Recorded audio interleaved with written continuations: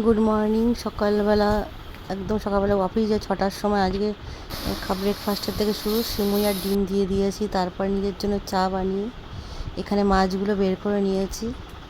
আর রাত্রিবেলা দেখো থালা বাসনগুলো ডিশ ওয়াশারে দিয়ে রেখেছিলাম, তো সেটা পুরো এত সুন্দর করে মানে দেখে সকালবেলা ভালোও লাগে, খুব সুন্দর লাগে। তো যাই হোক, সকালটা শুরু হলো। Welcome back to my channel Ruby's vlog. Like, comment, share. এখানে সকালবেলাটা উঠে দেখছি ব্রেকফাস্ট করে চলে গেছে, তারপরে আকাশটা এত সুন্দর পরিষ্কার, কি সুন্দর হাওয়া বেরোচ্ছে। দেখো তখন 8টা 8:30 বাজে, বাচ্চাটা ওখানে মাঠে খেলে, বাচ্চাগুলো খুব সুন্দর লাগে। আর তারপরে এসে আমি নিজের জন্য চা বানিয়ে নিয়েছি, আর ছেলেকেও ব্রেকফাস্ট দিয়েছি, সেম ডিম সেদ্ধ আর ব্রেড। তারপরে মিক্সিতে মশলাটা পিষে নিয়েছি, একটু চিকেনের লিভার যেটাকে বলে সেটা নিয়ে এসেছিলো, সেটা একটু করে নেবো। এটা ছিল হচ্ছে কী বারের দিন, এটা ছিল মানে বুধবার, হ্যাঁ বুধবারের ব্লগ, কারণ কালকে ব্লগ ছাড়িনি, আজকে দুদিনের ব্লগ বুধবার এটা চিকেনটা করেছিলাম, তো খুব সুন্দর টেস্ট হয়েছিল। পরে ভয়েস দিচ্ছি। ইন্ডাকশন ওভেনই এখন রান্নাটা হয়।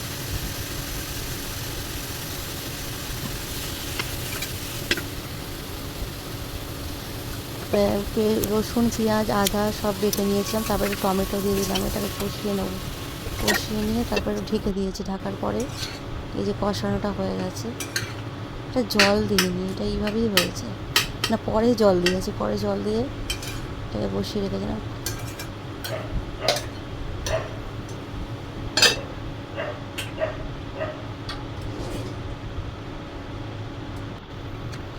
তারপরে জলটা দিয়ে তারপর ঢেকে দিয়েছি। ঢাকার পরে এইভাবে এরকম হয়েছে, দারুণ হয়েছে রান্নাটা।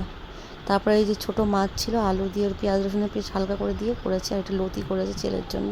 ও তো দিনের বেলা খায় না, রাত্রিবেলা খাবে। আর তারপরে দেখো এটা 5:45 বাজে, সেই সময় ভেবেছিলাম বিকালবেলা, আমার শরীরটাও ভালো ছিল না, তাও যিনি টিউশন আর ছিল না, তার জন্য ছেলের জন্য একটু আলু পরোটা বানিয়ে দিলাম। আচ্ছা মামা কেন বানাবে? তো তারপরে এই যে রাত্রে হয়ে গেছে, রাত্রি 9:20 ওদের খেতে দিয়ে দিয়েছি। ওরা খেয়ে দিয়ে শুয়ে পড়বে, আমার শুতে অনেকটাই লেট হয়।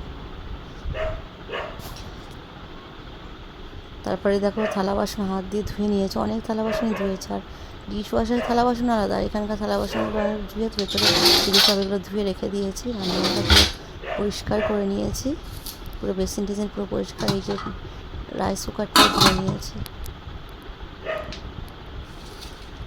পুরো পরিষ্কার। ভালোও লাগে সকালবেলা উঠবো যখন, তাও মানে কাজ খতম হয় না কেন জানি না।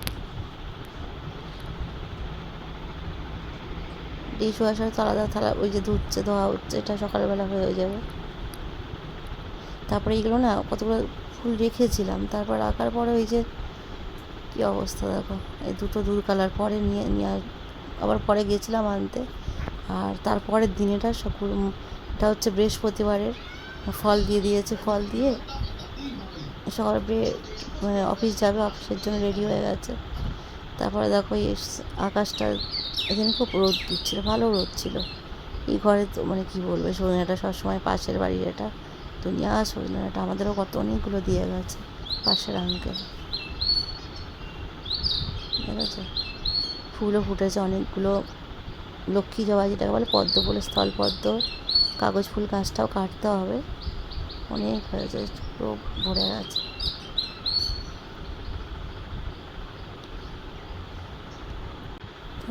এটা ইঁচড় করেছিলাম, ইঁচড়টা আগের দিন কেটে রেখেছিলাম, তারপর নিজের জন্য একটু চা বানিয়ে ডাল করেছি আর ইঁচড় করেছি ওদিনকে। তো তারপরে দেখো উল্টো করে কী করে হয়ে গেল কে জানি। তো আমি সেই মেলাতে চলে এসেছি, মেলাতে ওই বললাম না ফুল একটা কেনা হয়ে গেলো সবুজটা, এখানে সেই 11 নম্বর মাঠে আমাদের এখানে বাসন্তী পুজো হচ্ছে। দেখছি দুনিয়ার ফুল গাছ ছিল, এত ভালো ভালো হয়েছে। আমি এই গাছটা নিয়েছি, আর একটা কলা গাছের মতো নিয়েছি, তার দাম নিয়েছে 250 টাকা। এখানে তো সানফ্লাওয়ার আছে, সব রকমের ফুল গাছ আছে। যে এই একটা গাছ আমি জানি, এটা আমাদের জন্য তৈরি হচ্ছিল। ওটা একটু বড় টপ দিয়ে করে দিন। এত সুন্দর সুন্দর ফুল, মানে কতটা কি কমার জন্য আমাদের বড় যাওয়ার দেখেন সময় এটা অনেকেই জিজ্ঞাসা করছে। তারপরে আমরা বললাম যে আপনি তৈরি করেন, আমার কলা গাছ নিয়ে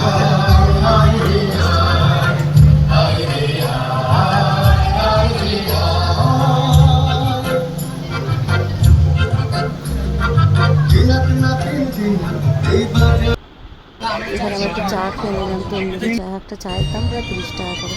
তারপরে নামের উপর আবার খোদাই করে যে ঘরের সামনে রাখার জন্য রুবি ভবন লেখা হলো।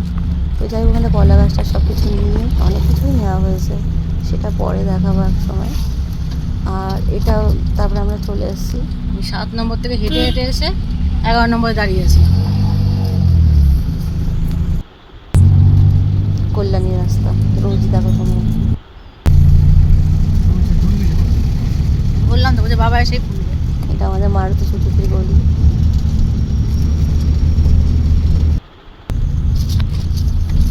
এই দুর্গাপুজো হয় পরে উৎপত্তি হয়েছে, আসল ঘাট বসে দুর্গাপুজো এটা। থাকে, রোজই দেখবে। Please like, comment, share. এই যে ডগটা দেখো, এখান থেকে দেখতে পাবোই পাবো।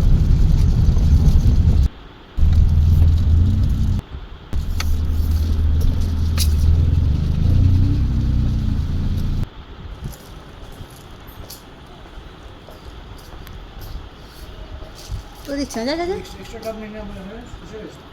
না। ছেলেকে বলা হলো এই যে কলা গাছটা নিয়েছি, কলা গাছ এই ফুলটা নিয়ে কীভাবে উঠছি দেখো, কেমন লাগছে দেখতে। যেগুলো নিয়ে এসে উঠলাম। টিউশন ছিল, টিউশন থেকে চলে গেছিলাম। এই যে কলা গাছটা পুরো কলা গাছের মতন দেখো। আর এই ফুলটা আনা হয়েছে